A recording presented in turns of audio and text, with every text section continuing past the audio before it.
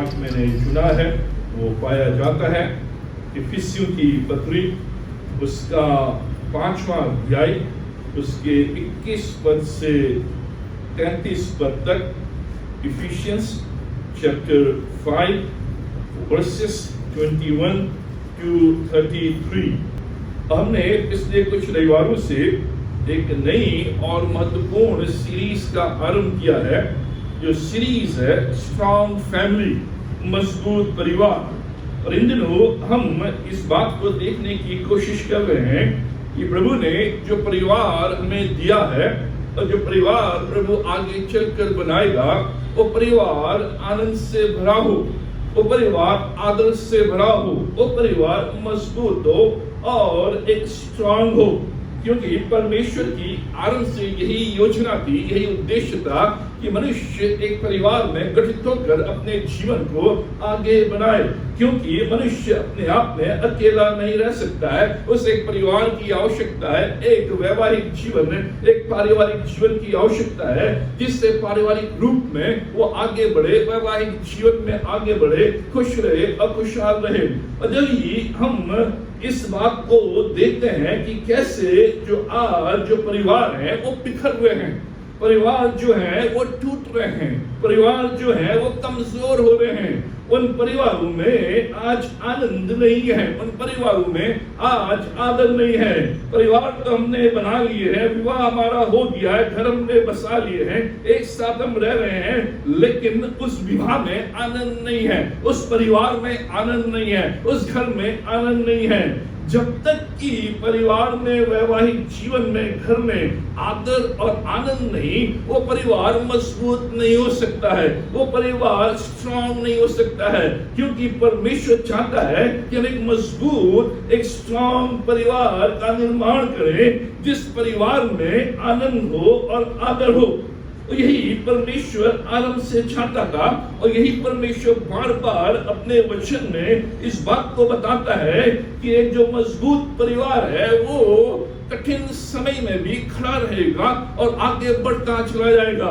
लेकिन अगर परिवार कमजोर है तो लोग फायदा उठाते हैं, लोग और तोड़ने की कोशिश करते हैं, लोग अंदर घुसने की कोशिश करते हैं। लेकिन जो परिवार मजबूत है वो साकलों से बंधा हुआ है, वो आयरन गेट्स के आसपास है, कोई भी घुसपैठी उस घर में घुस नहीं सकता है, ना कानाफूसी कर सकता है, लेकिन वो परिवार मजबूत रहेगा। इसी को ध्यान में रखते हुए मैं कुछ बातों को आपके समक्ष लेकर आ रहा हूं, जिससे कि हम जान सकें कि जो परिवार परमेश्वर ने हमें दिया है वो परिवार आज मजबूत है या नहीं है, वो परिवार आज स्ट्रांग है नहीं है। अगर उस परिवार में दरारें आ गई हैं, उस परिवार में कमजोरी आ गई है, उस परिवार में बिखराव आ गया है, तो परमेश्वर अपने वचन के द्वारा इन दिनों में हमसे बातचीत करना चाहता है और चाहता है कि जिस बात की मैंने घोषणा की थी, जिस बात की मैंने योजना बनाई थी, जो मेरा उद्देश्य था, वो उद्देश्य ये कि एक मजबूत परिवार, पति पत्नी के बीच में आदर और प्रेम। ये जो खंड आज मैं आपके समक्ष जिसको मैंने पढ़ा, ये अधिकतर जब भी कोई विवाह होता है उसमें पढ़ा जाता है या उत्पत्ति के अध्याय से हम पढ़ते हैं। अब ये जो खंड है ये हमारे सामने मजबूत परिवार के संबंध में जो विषय रखता है वो ये है, लव एंड रिस्पेक्ट, आदर और प्रेम। विवाह का जो आनंद है वो आदर और प्रेम में है। ये जो खंड है पौलुस इस बात को बता रहा है कि मजबूत परिवार वही है जिस परिवार में लव एंड रिस्पेक्ट है, जिसमें प्रेम और आदर, परस्पर प्रेम एंड परस्पर रिस्पेक्ट, एक म्यूचुअल लव, एक म्यूचुअल रिस्पेक्ट एक दूसरे के प्रति। विवाह का आनंद, परिवार का आनंद, ये जो आदर है, ये आनंद है जो मेरे परिवार में आता है, जो मेरे परिवार में, मेरे विवाह में जो आनंद आता है, वो ये दो जो मूल सिद्धांत हैं जो बाइबल हमें बताती है, love and respect. When problems come, couple make some choices. जब भी परिवार में वैवाहिक जीवन में समस्याएं आती हैं, तो जो पति पत्नी है, जो परिवार है, कुछ चुनाव लेते हैं और हर परिवार में, हर विवाह में प्रॉब्लम कभी ना कभी आएगी। कभी न कभी आप हर्ट का अनुभव करेंगे। कोई भी ऐसा परिवार नहीं है जिस परिवार में आप हर्ट का अनुभव न करें, जिस परिवार में आप समस्या का अनुभव न करें, जिस परिवार में आप प्रॉब्लम्स का अनुभव न करें। ये अदन की वाटिका में भी हुआ कि कैसे उस अदन की वाटिका में भी हवा और आदम के बीच में चुनाव, कोई प्रॉब्लम, कोई समस्या, जब भी हमारे वैवाहिक जीवन में, हमारे परिवार में समस्याएं आती हैं पति पत्नी के बीच में, तो जो कपल्स हैं, जो पति पत्नी हैं, वो कुछ चॉइसेस, कुछ चुनाव लेते हैं, कुछ ले लेते हैं। कुछ जब भी समस्या आती है तो वो डिवोर्स, तलाक ले लेते हैं और दूसरा विवाह कर लेते हैं। ये चॉइस, ये चुनाव, जब भी परिवार में, वैवाहिक जीवन में तनाव, समस्या, प्रॉब्लम, उतार चढ़ाव, उसको कोप अप नहीं कर पाते हैं, तो उनका जो कदम होता है कि तलाक ले लें, डिवोर्स ले लें और दूसरा विवाह कर लें। लेकिन दूसरा विवाह करने के बाद भी वही प्रश्न बना रहता है, कैसे मैं वैवाहिक जीवन को आगे बढ़ाऊं, कैसे मैं विवाह को आगे बढ़ाऊं। ये एक चुनाव रहता है जो अक्सर लोग लेते हैं। दूसरा जो चुनाव लोग लेते हैं, डिवोर्स ले लेते हैं, तलाक कर लेते हैं, लेकिन सिंगल रहते हैं। वो रिलेशनशिप में गिव अप कर देते हैं। जब तलाक हो गया है, उनका जो विश्वास है वो संबंध से उठ गया, उनका जो विश्वास है रिलेशनशिप से उठ गया, और कहते हैं अब मैं शादी नहीं करूंगा, विवाह नहीं करूंगा, लेकिन सिंगल रहूंगा, और सिंगल रहते हुए अपने जीवन को व्यतीत करते हैं। अधिकतर जो लोग हैं, जब भी समस्या परिवार में, जब भी प्रॉब्लम, अधिकतर विवाह में बने रहते हैं, वैवाहिक जीवन में बने रहते हैं, लेकिन वैवाहिक जीवन के आनंद और आदर को खो देते हैं। जब भी कोई प्रॉब्लम, तो वो परिवार में, विवाह में तो बने रहते हैं, लेकिन जो फुलफिलमेंट है वैवाहिक जीवन का, जो जॉय है, जो आनंद है, उसको वो खो देते हैं। जो भी विवाह में उन्होंने कमिट किया था, उस कमिटमेंट को वो दूर कर देते हैं और कहते हैं कि अब हम ऐसे ही जीवन को आगे बढ़ाएंगे, हम बने रहेंगे, लेकिन जो आनंद है, जो फुलफिलमेंट है, जो आदर है, वो खो दिया। इसी पर मैं जोर दे रहा हूं। आज अधिकतर जो परिवार हैं, जो क्रिश्चियन फैमिलीज हैं, जो विश्वासियों के परिवार हैं, जो अधिकतर जो समाज में जो परिवार हैं, वो विवाह में बने हुए हैं। वो कह रहे हैं कि ठीक है, समस्या है, हम बने रहेंगे, लेकिन वो आनंद नहीं है, वो जॉय नहीं है। और परमेश्वर अपने वचन से यही चाह रहा है, बहुत अच्छा है, विवाह में बने रहो, अपने विवाह को बनाए रखो, लेकिन उस फुलफिलमेंट को, उस आनंद को, उस आदर को भी वापस लेकर आओ। मैं इसी पर जोर दे रहा हूं और परमेश्वर का वचन इसी पर जोर दे रहा है। आज बहुत से ऐसे परिवार हैं जो एक साथ तो हैं, लेकिन आनंद नहीं है, खुशी नहीं है, आदर नहीं है, एक दूसरे के प्रति जो इज्जत है वो नहीं है। केवल एक ढर्रे में आगे है, एक उन्हें रूटीन बना लिया है।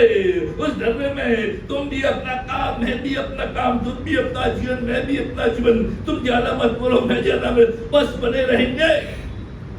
ये साइलेंट कॉम्प्रोमाइज है, साइलेंट कॉम्प्रोमाइज। अंदर ही अंदर आपने कॉम्प्रोमाइज कर लिया है, क्योंकि मुझे बच्चों के लिए साथ रहना है, मुझे समाज के लिए साथ रहना है, अब कोई दूसरा रास्ता नहीं है, इसलिए बने रहना है। अधिकतर लोअर मिडिल क्लास और मिडिल क्लास में यही आ चुका है कि जो अपर क्लास है, जहां भी थोड़ी समस्या आती है, वो आधा आधा कर लेते हैं, भाई ठीक है, गाड़ी तुम्हारी, घर तुम्हारा, ये तुम्हारा, तुम अलग मैं अलग, जो हाई क्लास है। लेकिन जो लोअर मिडिल क्लास है और जो मिडिल क्लास परिवार है, उनके पास कोई रास्ता नहीं है। उनके पास अब ये, अगर मैं अलग हो गई तो बच्चों का क्या होगा, अगर मैं अलग हो गई तो समाज क्या कहेगा, तो इसलिए वो उसी में रह रहे हैं। लेकिन एक साइलेंट कॉम्प्रोमाइज है, एक अंदर चीख तो है लेकिन वो छुपी हुई है, एक अंदर दर्द तो है लेकिन छुपा हुआ है। वैवाहिक जीवन परमेश्वर ऐसा नहीं चाहता है। परमेश्वर ऐसा वैवाहिक जीवन नहीं चाहता है। वो चाहता है अब जो भी हुआ है उसको वर्कआउट करो।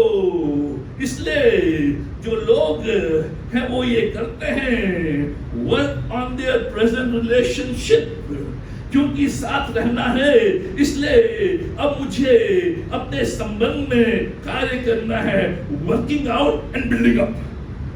ये परमेश्वर वचन चाहता है, ये परमेश्वर चाह रहा है। इन दिनों में जो भी मेरे परिवार में हुआ है, अब मैं उसमें वर्क करूं और उसको बिल्ड करूं, जिससे कि मेरा जो परिवार है, मेरा जो वैवाहिक जीवन है, वो आनंद से भरा रहे। यही मेरा उद्देश्य है इस सीरीज के द्वारा, कि हमारे परिवारों में, हमारे वैवाहिक जीवन में, हमारे पति पत्नी के संबंध में केवल घुट घुट कर अपना जीवन व्यतीत न करें, लेकिन जो पोटेंशियल, जो ब्लेसिंग, जो देश, जो फाउंडेशन परमेश्वर रखा है, उसको प्राप्त करें।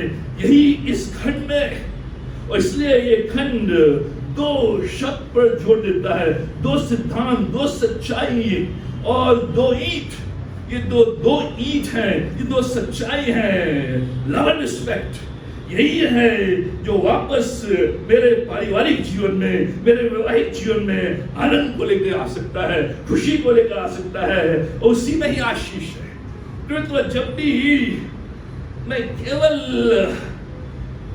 बनाना है, विवाह बनाने के लिए मैं रह रहा हूं, रह रही हूं, लेकिन मन एक दूसरे के साथ नहीं है, वो आनंद और आदर नहीं है, उस परिवार में आशीष नहीं रहती है। उस परिवार से परमेश्वर का आत्मा उठ जाता है, उस परिवार से परमेश्वर का हाथ उठ जाता है। चाहे आप कितना भी बाइबल पढ़ें, कितना भी चर्च आए, कितना भी काम करें, लेकिन अगर वो नहीं है, क्योंकि परमेश्वर का जो उद्देश्य है वो ये है कि तुम खुश रहो, आनंद में रहो, वैवाहिक जीवन का आनंद रहो। तभी तो शादी की सर,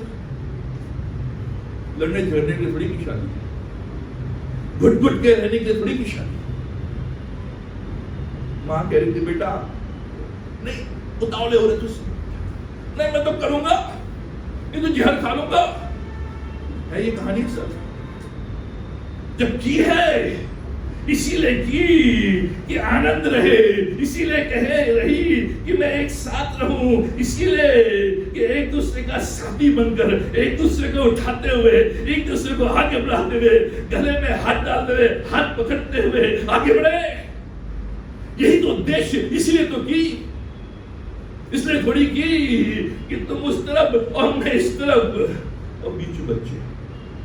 इसलिए थोड़ी अगर ऐसा हो रहा है हमारे जीवन में, हमें आना है, हमें आना है जिससे कि उसको हम कुछ बातों को हम ले सकें। इससे पहले कि इन दो विषयों पर आज केवल एक शब्द पर ही दूसरा शब्द जो है ले सकता, इससे पहले कि उस पर जाएं, हम इस खंड पर कुछ बुनियादी बातें इनको समझना बहुत जरूरी है। केवल बाइबल ही परिवार में इतना अधिक फोकस देती है, और कोई धर्म नहीं और कोई पुस्तक नहीं, केवल बाइबल। क्योंकि बाइबल में जो परिवार है उसकी तुलना कलीसिया से की गई है। परिवार और कलीसिया, चर्च और परिवार। अगर परिवार है तो चर्च है, अगर परिवार नहीं है तो चर्च नहीं है। अगर परिवार मजबूत है तो चर्च मजबूत है, अगर परिवार कमजोर है तो चर्च कमजोर है। क्योंकि चर्च जो है ये प्रभु की देह है और हम उसकी देह हैं, उसमें बढ़ते चले जाए। इसलिए कुछ बुनियादी बातें, बुनियादी बातें। Husband and wife are equal in the sight of God. इसको हमेशा स्मरण रखें कि बाइबल ये बताती है कि परमेश्वर की दृष्टि में पति और पत्नी समान है, कोई ऊंच नीच नहीं है, कोई बड़ा छोटा नहीं है, समान है। जो गलतियां 3 उसके 28 में बताया गया है और उत्पत्ति 1 उसके 27वें पद में भी कि परमेश्वर ने अपने स्वरूप में नर और नारी करके सृष्टि की। नर और नारी करके अपने स्वरूप में दोनों एक समान है। अगर पति सोचे कि पत्नी मेरे अधीन है, मेरे नीचे है, मुझसे छोटी है, सबऑर्डिनेट, तो वो सही नहीं है। समस्या वही आती है कि जो हम पुरुष हैं, जो भारतीय पुरुष हैं, जो अपने आप को माचो मैन समझते हैं, वो समझते हैं कि स्त्रियां मेरे अधीन है, पति मेरे नीचे है, जो मैं कहूंगा वो करूंगा। वो मानसिकता ही है जो परिवार में बिगाड़ को लेकर आती है। लेकिन परमेश्वर वचन कहता है पति और पत्नी दोनों परमेश्वर के सामने इक्वल है। हमेशा इसको ध्यान में रखें कि मेरी पत्नी मेरे समान है। जैसे मैं परमेश्वर के समान हूं, वह परमेश्वर के स्वरूप में हूं, वैसे ही मेरी पत्नी भी है। जब ये विचारधारा तो चीजें सुधरेंगी। बुनियादी बात, marriage is built on mutual submission and love. जो विवाह है वो परस्पर प्रेम और आदर में आधारित है। ये जो विवाह है इसकी जो नींव है ये म्यूचुअल सबमिशन, ये म्यूचुअल प्रेम, ये म्यूचुअल आदर। इसलिए 5:21 में लिखा है मसीह के भय से एक दूसरे का अधीन। परस्पर, केवल पत्नी मेरे अधीन नहीं है, मैं भी पत्नी के अधीन हूं। यह परस्पर अधीनता, परस्पर प्रेम, परस्पर आदर। न केवल पत्नी मेरा आदर लेकिन मैं भी उसका आदर। न केवल पति मुझसे प्रेम लेकिन मैं भी उससे प्रेम। न केवल पत्नी मेरे अधीन लेकिन पति भी मेरे अधीन। यह परस्पर म्यूचुअल, ये बाइबल है।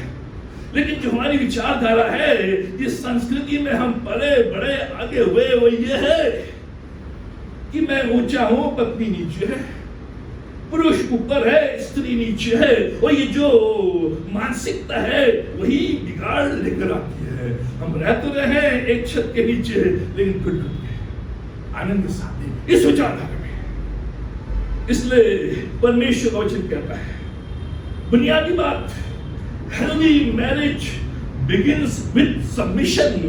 जो मजबूत परिवार है वो अधीनता के द्वारा आरंभ होता है, आदर के द्वारा आरंभ होता है।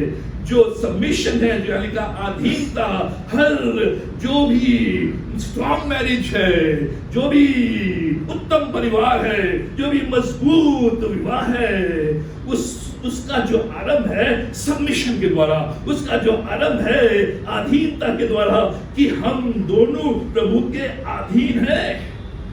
वो हमारा अगुआ है, हम उसके अधीन है। Not for self satisfaction but by loving, respecting and submitting. जहां ये आ जाता है ये नीचे, मैं ऊपर, तो मेरा जो विवाह में जो रोल रहता है, मैंने इसलिए विवाह किया कि अपने सेल्फ को सेटिस्फाई करूं, अपनी आवश्यकता की पूर्ति करूं, अपनी जरूरत की पूर्ति करूं। माँ का देहांत हो गया है, घर में रोटी बनाने वाली नहीं है, विवाह कर लिया। ये सेल्फ सेटिस्फैक्शन जो विचारधारा है जिसके द्वारा मैंने विवाह किया, वो ये रोटी पकाने वाली, और वही विचारधारा जीवन भर बनी रहती है। ये गलत रास्ते में चला गया है, इसकी शादी कर दो, सुधर जाएगा।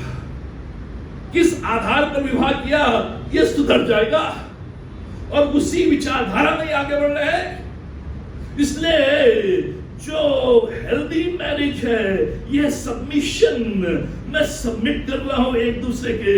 सेल्फ सेटिस्फैक्शन नहीं, मुझे करेक्ट करने के लिए नहीं, मेरे घर में भाड़े बर्तन करने के लिए नहीं, मेरे लिए रोटी बनाने के लिए नहीं, मेरे कपड़े धोने के लिए नहीं, झाड़ू पोछा करने के लिए नहीं, बच्चों को संभालने के लिए नहीं।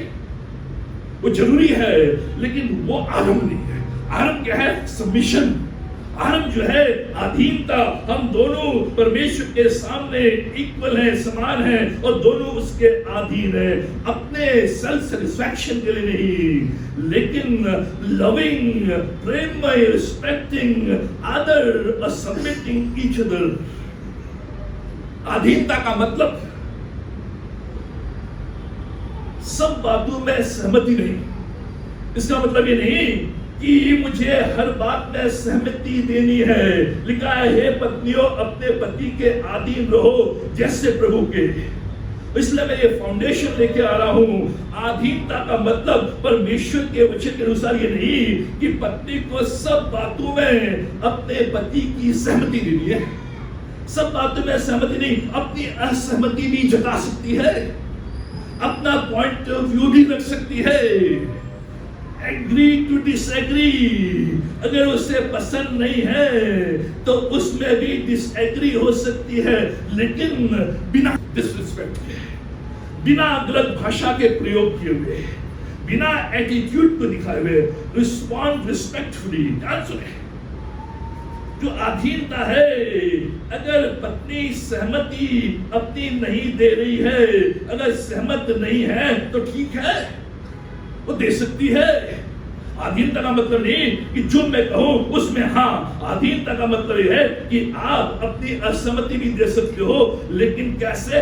रिस्पॉन्डिंग रिस्पेक्टफुली, डिसरिस्पेक्टफुली नहीं, अपना एटीट्यूड दिखाना नहीं। अच्छा तुम मेरी बात नहीं मान रहे हो, मेरी सुन रहे हो, अरे भाग बजाओ, बिना उसके असहमति, लेकिन विद रिस्पेक्ट।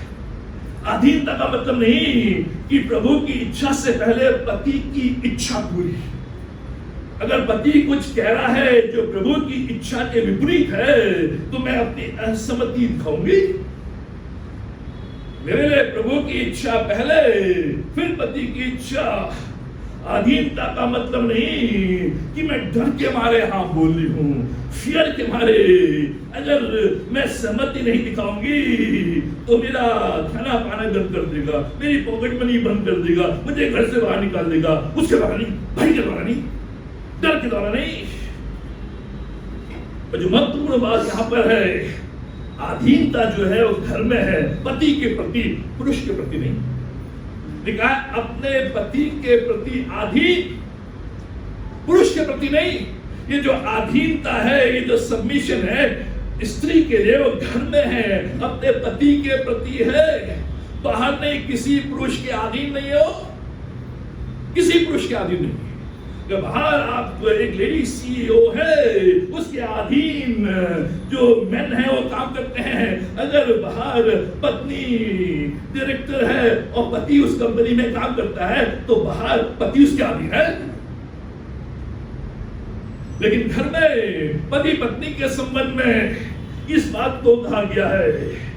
इसलिए कहा गया है ताकि अगर विश्वासी पत्नी है और अविश्वासी पति है तो उसके व्यवहार के द्वारा, उसके आदर सम्मान के द्वारा, उसके सबमिशन के द्वारा, उसका जो इनर ब्यूटी है, ये जो अधीनता है, ये जो सबमिशन है, ये इनर ब्यूटी है, ये जो अंदर की सुंदरता है, ये जो जेंटल और क्वाइट स्पिरिट है, ये जो सुंदर आत्मा है, इसको देखकर जो पति अविश्वासी है वो प्रभु में आ सकता है। इसलिए सबमिशन है। ये जो सबमिशन है वो इस बात को बताता है, इनर ब्यूटी, ये जो बताता है जेंटल एंड क्वाइट स्पिरिट। ठीक है, मैं सहमत तो नहीं हूं लेकिन तुम्हारे साथ। ये जो सबमिशन है, ये बाइबल बता रहा है, ये बाइबल बता रहा है मैं इसमें एग्री तो नहीं हूं लेकिन मैं तुम्हारे साथ हूं, मैं तुम्हारे साथ हूं। ये इनर ब्यूटी, यह इनर ब्यूटी, ये जो स्त्री के अंदर, जो पत्नी के अंदर जेंटल और झूठा और ये और वो, उससे पति प्रभु में नहीं आएगा, उससे पति प्रभु में खिंचा नहीं आएगा।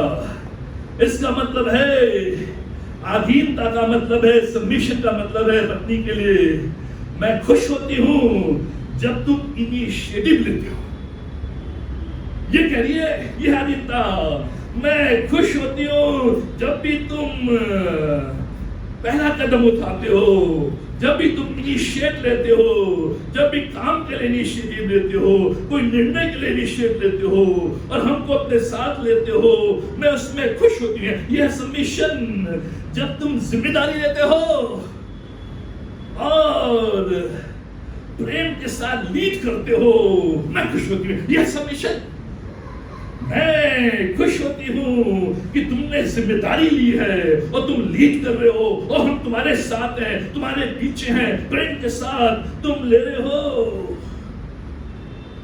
ये नहीं, I don't flourish when you are passive।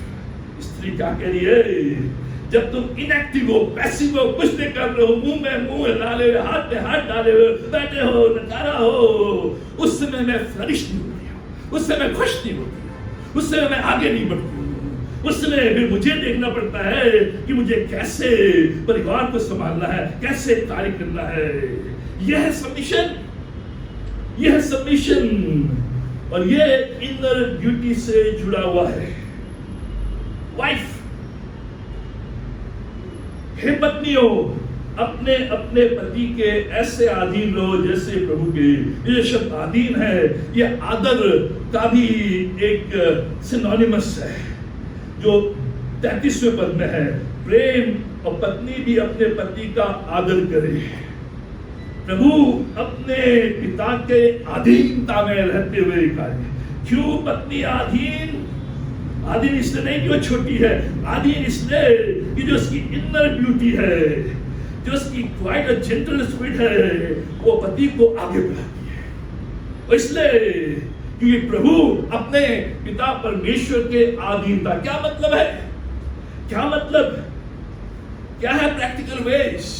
जब परमेश्वर का वचन कहता है कि पत्नियां आदर करें, ये जो शब्द है स्ट्रॉन्ग फैमिली के लिए, जो पत्नी है अपने पति का आदर करें, उनका भाई माने। भाई का मतलब उनकी रिस्पेक्ट करें, उनके अधीन। क्या व्यवहारिक कदम है, क्या प्रैक्टिकल वेज है? क्या इसका मतलब? ये है प्रैक्टिकल वेज। मित्रों, इन कदमों के द्वारा मेरा घर भी बसा, मेरे घर में भी आनंद आया। मैं भी ऐसी था, मेरी भी वही मानसिकता थी। लेकिन जब परमेश्वर के वचन को पढ़ने लगा, परमेश्वर के आत्मा ने मुझे सिखाया, और जब इन बातों को मैंने लिया तो मेरे जीवन में परिवर्तन आया, मेरे परिवार में परिवर्तन आया, पत्नी के जीवन में परिवर्तन आया, बच्चों के जीवन में परिवर्तन आया, उस परिवार में खुशी और आनंद। और यही जो मैं देता हूँ लोगों को। कभी ऑनलाइन घंटों में काउंसलिंग करता हूँ, मुझे तो अच्छा लगता है, जितने घंटे उतना मेरा इनकम। ये चीजें जो हैं, इससे बहुत से परिवारों में आशीष आई है। क्या है प्रैक्टिकल वेज? अधीनता का आदर, पति का आदर। क्या है? पहली बात, क्या मतलब है पति का आदर करना? इनकरेज योर हस्बैंड, अपने पति को प्रोत्साहित करना। आदर करने का मतलब है अपने पति को इनकरेज करना, प्रोत्साहित करना। यह है आदर, यह है अधीनता। अब पति पहले से ही डाउन है और फिर घर में आकर बमबाड़ी, जो पति है बहुत जल्दी निराश हो जाते हैं, पत्नी नहीं, पति बहुत जल्दी निराश हो जाते हैं। इसलिए परमेश्वर ने पत्नी दी है कि वो अपने पति को प्रोत्साहित करे। पहले से ही वो डाउन है और गिरा हुआ है और ऑफिस में डांट खा के आया है और एक्सीडेंट हुआ है और किसी को ठोकर मार के आया छुप कर, और घर में आते ही और पत्नी, अरे कहां से इतनी देर से, ये वो दुनिया भर की बातें, वो तो डाउन। लेकिन कैसे आदर अपने पति को प्रोत्साहित करना, ध्यान। अब कई कुछ बातें मैं अपने जीवन से लेकर आऊंगा। जब मैं अमेरिका गया पीएचडी करने के लिए, अकेले गया था, पिंकी नहीं थी। कि बाद में पिंकी आई, डॉम्स में था वहां। तो पहले रात को ही जो मैंने कैफेटेरिया में वहां जो मेस था उसमें खाना खाया, मैं जो चीजें यहाँ नहीं खाता था वहां मैंने खा ली। जो पोर्क था वो उसका था मुझे मालूम नहीं, तो मुझे फूड पॉइजनिंग हो गया। जबरदस्त फूड पॉइजनिंग, और इतना दर्द, इतना परेशान। उस समय लैंडलाइन चलती थी, सेलफोन नहीं था, लैंडलाइन। 1 मिनट का 100 रुपया चार्ज करते थे। मैंने अपने फ्रेंड के यहाँ से पिंकी को फोन किया, मैंने कहा मैं घर आना चाहता हूँ, और मैं रो रहा था। वास्तविकता है, मैं रो रहा था। मैं कह रहा मुझे यहाँ नहीं रहना है, मैं घर आना चाहता हूँ, अब मैं नेक्स्ट फ्लाइट से आ रहा हूँ, सब छोड़ छाड़ कर। सुनती रही, बाद में हिम्मत आई। कुछ दिन की बात है, हम आ जाएंगे, हम साथ में रहेंगे, मैं खाना बनाऊंगी, तो खाना कुछ दिन की बात है। और वो बातें सुनकर बना रहा। और इससे पहले कि पिंकी आए, मैंने घर ले लिया और गाड़ी और इस सब चीजें। कहने का मतलब है encourage your husband। जब वो डाउन है उसके लिए चप्पल वापस लाओ। आदर की बात है, पति का आदर का मतलब है उसे प्रोत्साहित करो। आप उसके लिए क्या सोचती हो, वही आपका उसके प्रति व्यवहार होगा। जो भी आप उसके लिए सोचती हो, वही आपका अपने पति के प्रति व्यवहार होगा। अगर आप सोचती खड़ूस है तो व्यवहार भी खड़ूस होगा। ये है, अगर आप सोचती हो अरे ये तो नाटा है, काला है, अरे ये तो गिरा हुआ है, कहां फंस गई मैं, ये आपका व्यवहार भी वही होगा। अब जैसा भी है, काला है, गोरा है, नाटा है, पतला है, लंबा है, आपके लिए शाहरुख खान। ये है सर, ये स्वीकार करना है, ये एक्सेप्ट करना है, ये लेना है। क्योंकि जो भी आप उसके लिए सोचेंगी अपने मन में, वही आपका उसके प्रति व्यवहार होगा। अगर आप आदर की बात सोचेंगी तो उसके प्रति आपका आदर का व्यवहार होगा। अगर आप सोचेंगी कि मेरा पति आगे बढ़े, आगे चले, तो आपके अंदर उसके प्रति प्रोत्साहन देने का, उसको इंकरेज करने का व्यवहार होगा। जैसा भी है, और प्रत्येक पति की ये चाह रहती है, चाहे वो बोले ना, लेकिन वो चाहता है कि उसकी पत्नी उसे इंकरेज करे। ये है, भले वो बोले नहीं, अपने ऊपर बड़ा सोचता, लेकिन अंदर से वो कमजोर है। अंदर से वो चाहता है कि मेरी पत्नी मुझे थपथपाए, मुझे इंकरेज करे, बोले गो हबी गो, ब्रावो,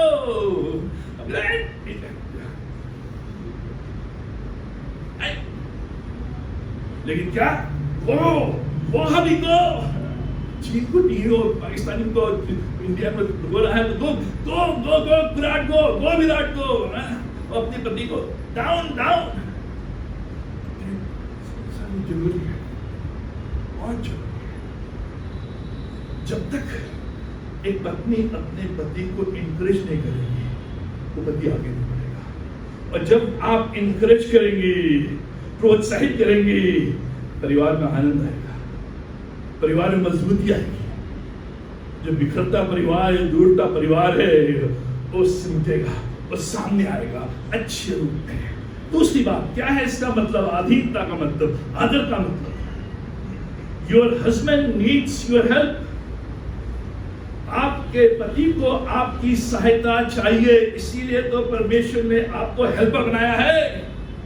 मैं उसके लिए ऐसा हेल्पर बनाऊंगा, ऐसा सहायक बनाऊंगा जो उसको फुलफिल करे, जो उसके साइड बाय साइड चले। ये परमेश्वर ने शुरू से ही, क्योंकि पुरुष जो पति है अपने आप में अधूरा है, उसे फुलफिलर चाहिए, उसे हेल्प करने वाली चाहिए। माँ ने हेल्प कर दी, बहन ने हेल्प कर दी, लेकिन वास्तविक हेल्प जो है उसे अपनी पत्नी से चाहिए। यह आदर कि मैं अपने पति की हेल्प करूंगी, आपकी सहायता चाहिए, क्योंकि यू आर अ फुलफिलर।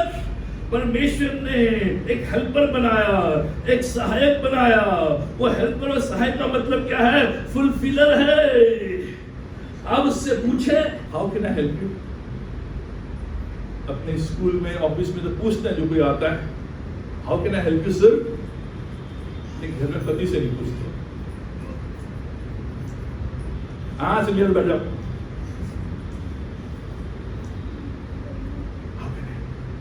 देखें थोड़ा वो डाउन है, मैं क्या करूं आपके लिए?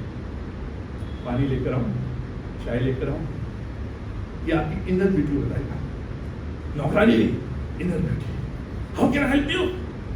क्योंकि उसे आपकी सहायता चाहिए, आपकी हेल्प चाहिए। यही आदर, यही अधीनता कि मैं कैसे अपने पति की हेल्प करूं। तीसरी बात, do not say negative comments about your husband in front of others and children. कभी भी अपने पति के विषय में गलत बातें और उसकी नकारात्मक बातों का वर्णन दूसरे लोगों के सामने और अपने बच्चों के सामने न करें। यह आदत कभी भी, चाहे कैसा भी पति क्यों ना हो, कुछ भी क्यों नहीं चल रहा हो, लेकिन कभी भी उसके विषय में नकारात्मक बातें, नेगेटिव कमेंट्स दूसरे लोगों के सामने ना कहें, अपने बच्चों के सामने न करें। कभी भी अपने पति की बुराई दूसरे लोगों के साथ न करें, न अपने बच्चों के साथ करें। यही है आदर्श। Always he excuse बोलता है, ये हमेशा बिगड़ा कर देता है। कई माँ है अपने बच्चों के सामने उनके पिता की बुराई, तो ऐसे ही है, इससे कुछ नहीं होगा, बेकार है, छोड़ दे, मेरे साथ रहे। कई पत्नियां हैं सोचती हैं पति की बुराई करने में बड़ी आदर मिलता है, बड़ा खूब बड़ा, चाहे कैसा भी क्यों हो। आज इस बात को आप लेकर चाहिए, अगर आज तक आपने कही है बुराई करी है अपने पति की, या नकारात्मक बातें कही हैं, या बच्चों से बोला है, या दूसरों से बोला है, आज के बाद बंद। अधीनता का मतलब, आदर का मतलब यह है कि मैं अपने पति की बुराई, उसके विषय में नेगेटिव कमेंट कभी भी दूसरे लोगों के सामने नहीं करूंगी। अगर ऐसा करेंगे आप, तो कोई भी आपके पति का आदर नहीं करेगा, कोई नहीं करेगा। जब आपके पति का आदर नहीं, तो आपका भी आदर नहीं। अगर आपके बच्चे आपके पति का, अपने पिता का आदर नहीं करेंगे, तो आपका भी आदर नहीं करेंगे। ये वास्तविकता है। और आज जब भी 5-6 औरतें मिल जाती हैं, लेडीज, मेरा पति ऐसा, मेरी सासू ऐसी, मेरा बहू ऐसी, और मेरा सब, क्या करेंगे वो लोग? आपका मजे लेंगे, मजे लेंगे, क्यों मजे लेंगे? और दूसरों को और बताएंगे, वो बोली थी उसका पति ऐसा है। हम तो सोचते बड़ा अच्छा है, मैं तो बड़ा गर्व था उसके सामने, उसको अच्छा लगा, उसके पति से बोल लिया। कोई इसका नहीं, पति की बुराई, वो क्या करेंगे और आग लगाएंगे। हाँ, अब तो उसको था मेरा बिल्कुल मिट्टी में, बिल्कुल मिट्टी में, बहू को हाँ बिल्कुल आग, घर का परिवार, तो ये व्यवहारिक बातें हैं, और ये आए दिन हमारे परिवार में होती है। इसीलिए हमारे परिवार बिखर रहे हैं, क्योंकि इसका फायदा उठा रहा है, और खूब आपको और भड़का दिया, अरे हाँ तू तो इतनी अच्छी, और ये तो ऐसा है वैसा है। 1000 रुपये दे दे, फंड निकाल के देंगे, क्योंकि उसने हाँ में हाँ मिलाई, फायदा लेंगे लोग। प्रिय मित्रों, ये सीखे मेरी बहनों,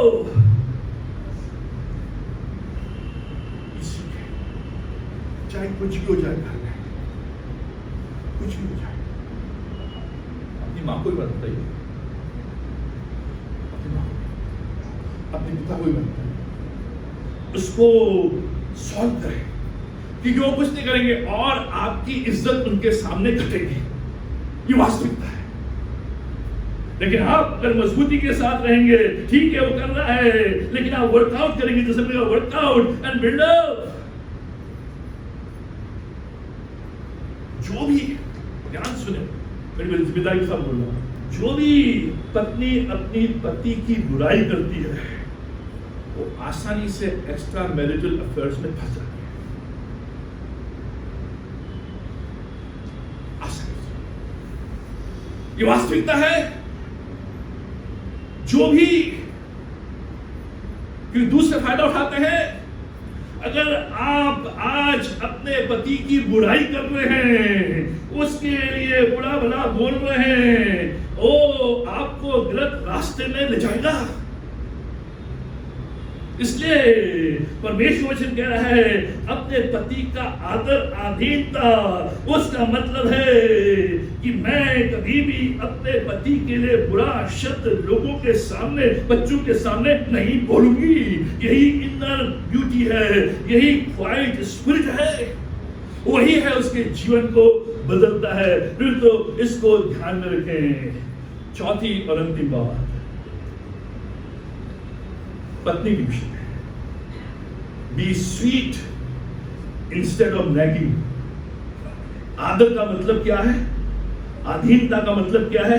मिठास, मांग करना नहीं, लेकिन मिठास, being sweet instead of nagging. क्या है नैगिंग?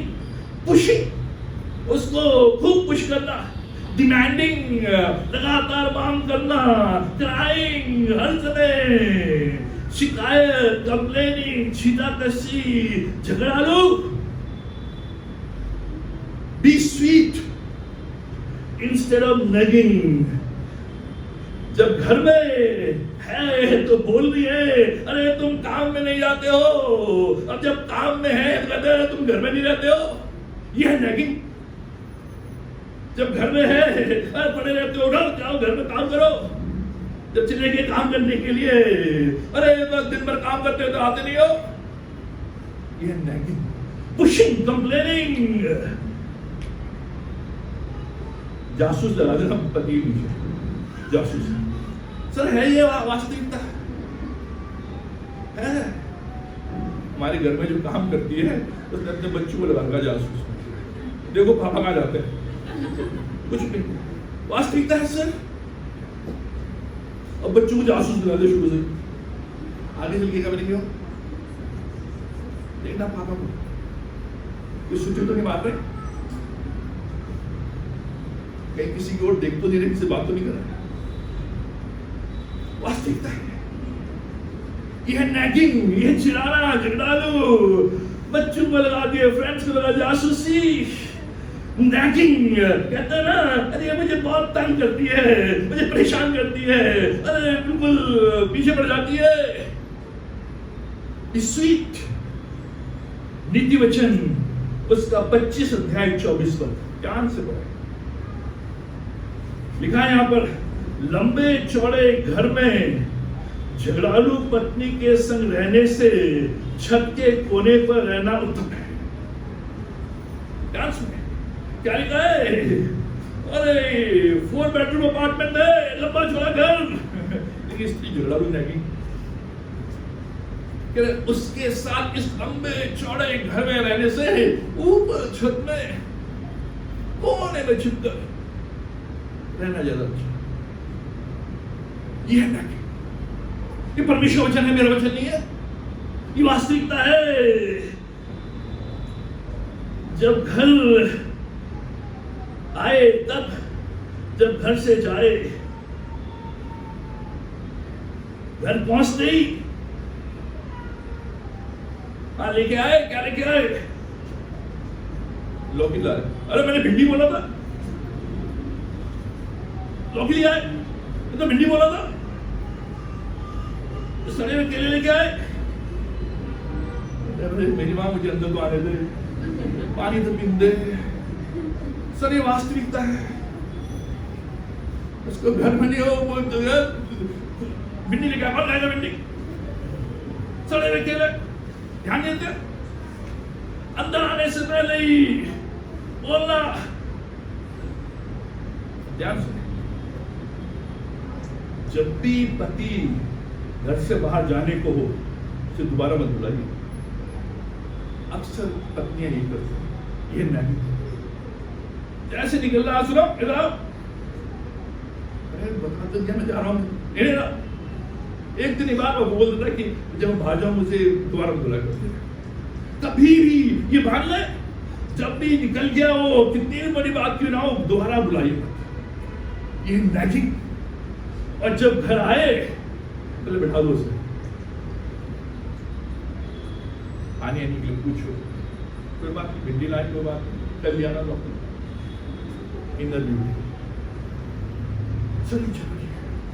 ये जो घर को आज बिगाड़ रहा है ये बड़ी बातें नहीं है, ये छोटी छोटी बातें हैं जो हमारे घर में बिखराव को लेकर आ रही हैं। इसलिए हम घर में रह तो रहे हैं लेकिन आनंद नहीं है। इन छोटी छोटी बातों को हमने नजरअंदाज कर दिया है। जब भी पति जाए, जान दो उसे, अभी बाद में फोन करके बता दो, तो फोन भी बार बार, हाँ अभी कहाँ हो, वीडियो कॉल करो। आधीन और आधट, ये मैं इसलिए बता रहा हूं इन चीजों को कि इन पर हमें काबू करना है, इनको हमें समझना है, जिससे कि जो छोटी छोटी चीजें हैं, ये जो घुन है, घुन की तरह मेरे परिवार को खा रही है, इन घुन को निकालना है। बड़ी चीजें नहीं है, केवल छोटी चीजें हैं, इनको हमें देखना है। नीति वचन उसका 27वां अध्याय उसके 15 पद में ध्यान से, झड़ी के दिन, मतलब जो बरसात के दिन है, जो घर झड़ी के दिन पानी का लगातार टपकना और झगड़ालू पत्नी दोनों एक से। पहले झोपड़ी में रहते थे तो जब लगातार बारिश होती थी तो झोपड़ी बराबर टपकती थी। आप यहाँ से सामान उठाओ तो वहां पे, वहां जाओ, वहां बिस्तर लगाओ तो वहां भी टपक रहा, वहां भी टपक रहा, वहां भी टपक रहा, कहां जाओ तो लिखा है जो टपकने वाला घर और झगड़ालू स्त्री एक से।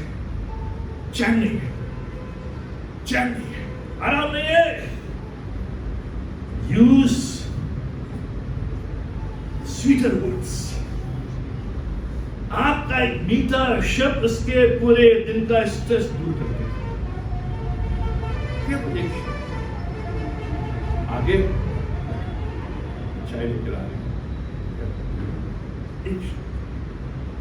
लेकिन आते ही आप बम्बार्ड, वो आदर नहीं है, वो आधीनता नहीं है।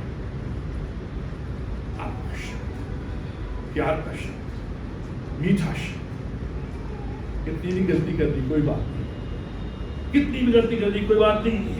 रिस्पेक्ट, आदर, आधीनता ये दिखाती है जब मैं अपने पति का इस प्रकार से आदर करती हूँ, इस प्रकार से अपने जीवन में इस व्यवहार को लेकर आती हूँ। ये मेरा आदर उसके प्रति दिखाता है, ये मेरी आधीनता उसके प्रति दिखाती है, ये मेरा बिहेवियर, ये मेरे व्यवहार को दिखाता है, ये मेरी प्यूरिटी और रेफरेंस को दिखाता है, जो मेरी शुद्धता है और जो मेरा आदर है उसको दिखाता है। ये मेरी इनर ब्यूटी, जो अंदर की ब्यूटी है, अंदर की सुंदरता है उसको दिखाता है। ये जो जेंटल और क्वाइट स्पिरिट जो प्रभु ने मुझे दी है उसको दिखाता है। ये प्रभु करता है। तो आज जितनी भी हमारी बहनें हैं जो जवान हैं, जिनकी शादी होने वाली है, मेरी एक ही आपसे गुजारिश है, इन बातों को अपने जीवन में, इसके लिए आपको परिश्रम करने की जरूरत नहीं है। केवल इन बातों को अपने जीवन में दिखाने की, लाने की जरूरत है। आप देखेंगे कैसे जो जो जो ये पियक्कर, ये जो भुलक्कर और ये जो घूमने वाला ये पति है, ये आपके आगे पीछे। याद करना मुझे। मैं अनुभव से बता रहा हूं, परमेश्वर वचन है, परमेश्वर वचन है, और यही है जो आपके परिवार में आनंद को लेकर आएगा। इसलिए परमेश्वर का वचन कहता है, हे पत्नियों अपने अपने पति के अधीन, केवल अपने पति के और किसी के नहीं, और किसी के थप्पड़ मार दो कोई बात नहीं, अपने अपने पति के, जिससे कि मैं उसको हेल्प करूं, उसको प्रोत्साहित करूं, उसके विषय में कभी भी कोई भी गलत बात लोगों के सामने ना बोलूं। अगर कभी कोई पत्नी बोलती भी है तो क्या,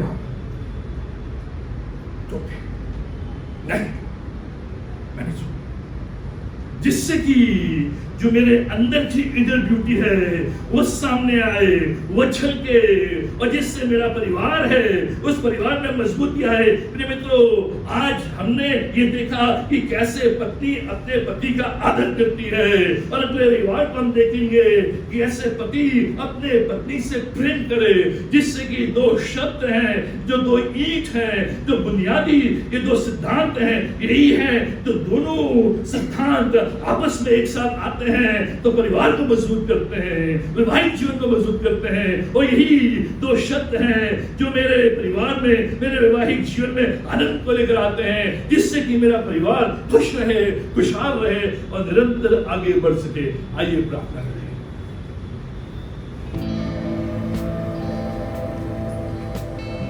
हमारे महान जीवेश्वर शक्तिमान परमेश्वर का हम धन्यवाद देते हैं तमाम आशीष के, रक्षा के लिए, भलाई के लिए, करुणा के लिए, दया के लिए। पिता परमेश्वर धन्यवाद देते हैं तेरे जीवित वचन के लिए।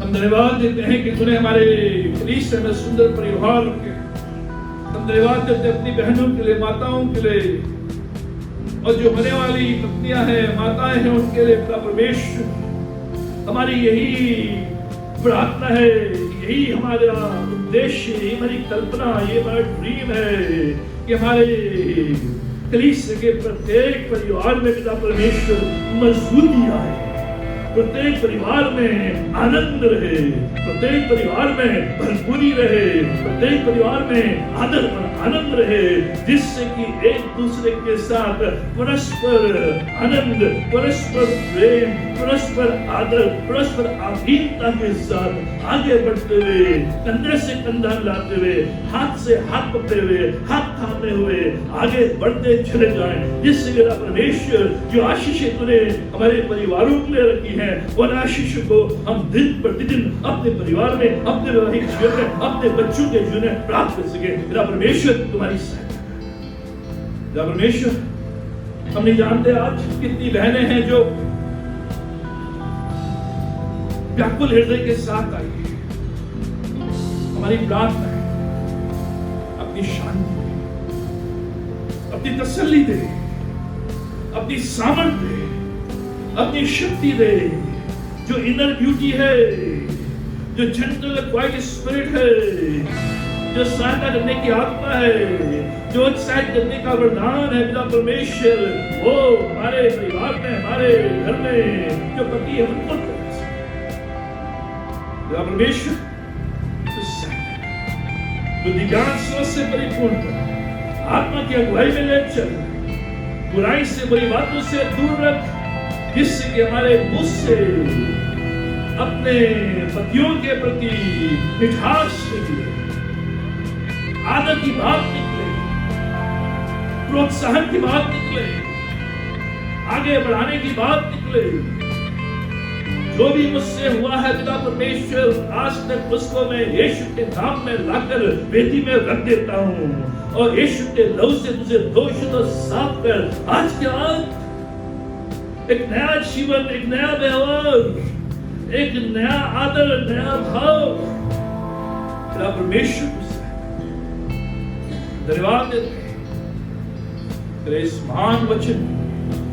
हम प्रार्थना करते हैं आज जितने भाई बहन हमारे बीच में आए हैं, जो भी रोग उनके जीवन और शरीर में है, जो भी दुख है, जो भी पीड़ा है, जो भी परेशानी है, जो भी तकलीफ है, जो भी चिंता है, जो भी बोझ है, जिसके साथ आज तेरे भवन में आए खुदा परमेश्वर, आज अपने सामर्थ्य हाथ के द्वारा ने छू उस बीमारी को, उस दुख को, उस पीड़ा को, उस ईर्ष्या को, उस जलन को, उस चिंता को, उस बोझ को यीशु के नाम से दूर कर। जिससे आप यहाँ से जाए एक नई ताजगी के साथ, एक नई सामर्थ के साथ, एक नई शक्ति के साथ।